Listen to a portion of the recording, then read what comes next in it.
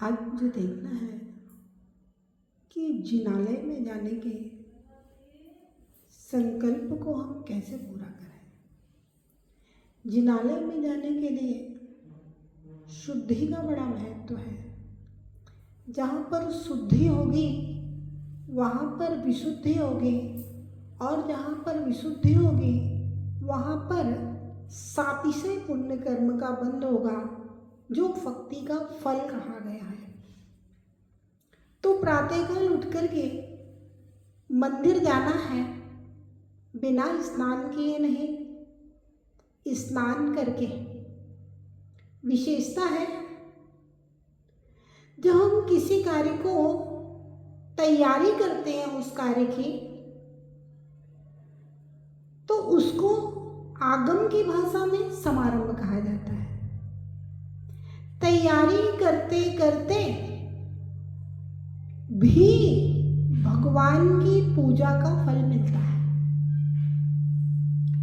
आप तैयार हो रहे हैं, आप मंदिर में जाने के लिए स्नान कर रहे हैं, अभिषेक और पूजन के लिए स्नान कर रहे हैं, और अगर उस समय आपकी मृत्यु हो जाती है, अटैक आ जाए, आकस्मिक कोई दुर्घटना हो जाए, तो आपके लिए उस समय पूजा करते करते जो फल मिलना चाहिए, पूजा करते करते जिस गति में गमन होना चाहिए, उस गति में आप जाकर के जन्म लेंगे।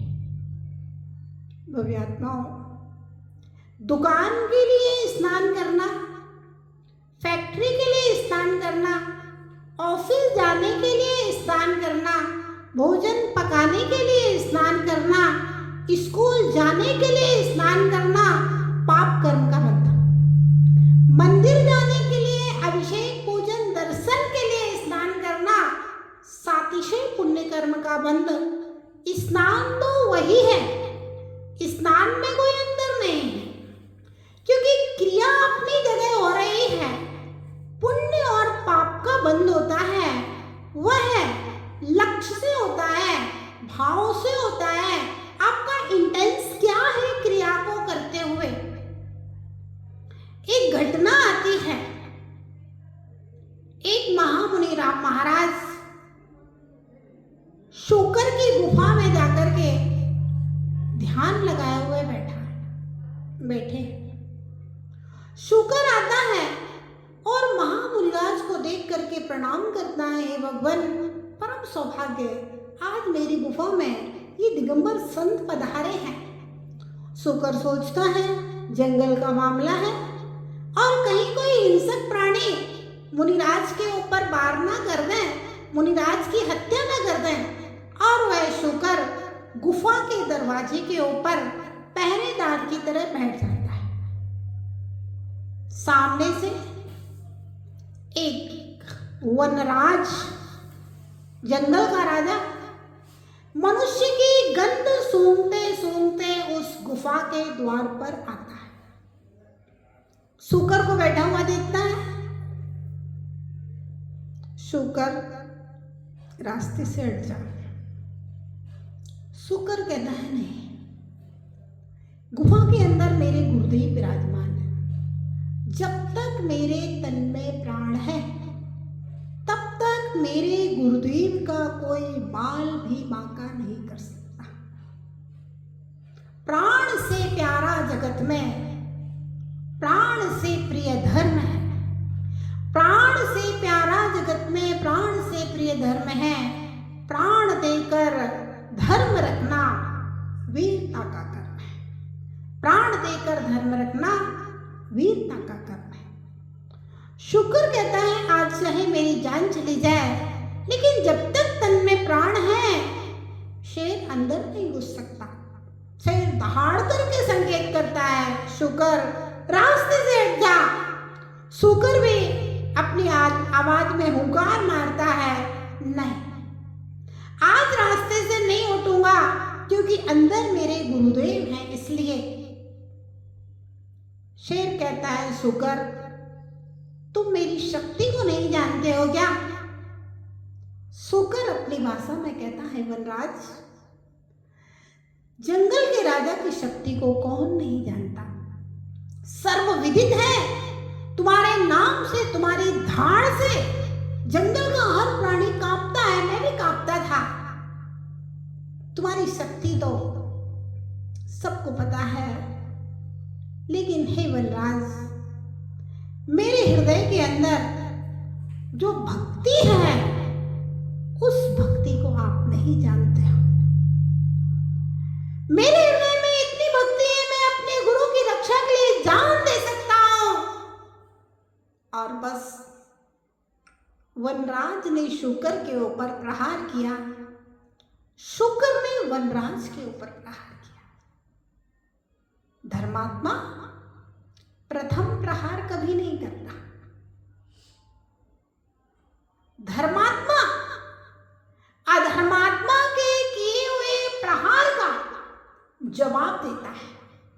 धर्मात्मा कभी क्रिया नहीं करता, वह प्रतिक्रिया करता है रक्षा के लिए।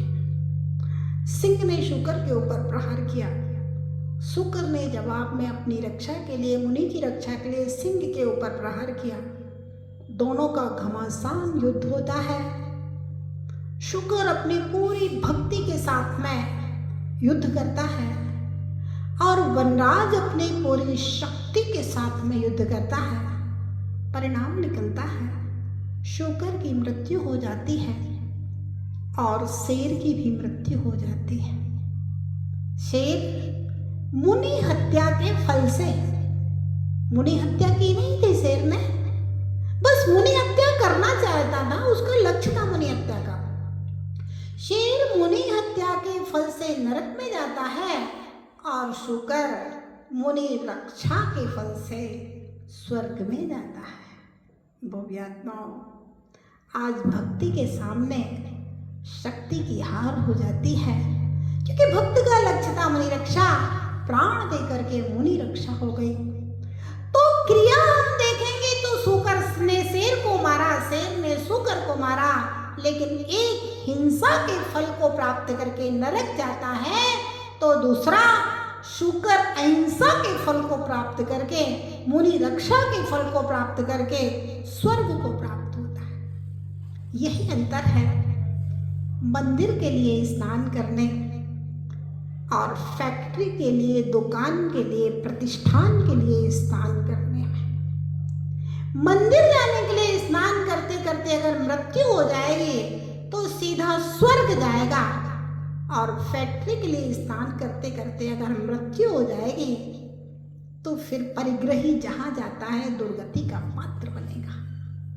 जैन धर्म बनियों का धर्म है। अब एक बार स्नान करने के बाद दोबारा तो स्नान करेगा नहीं।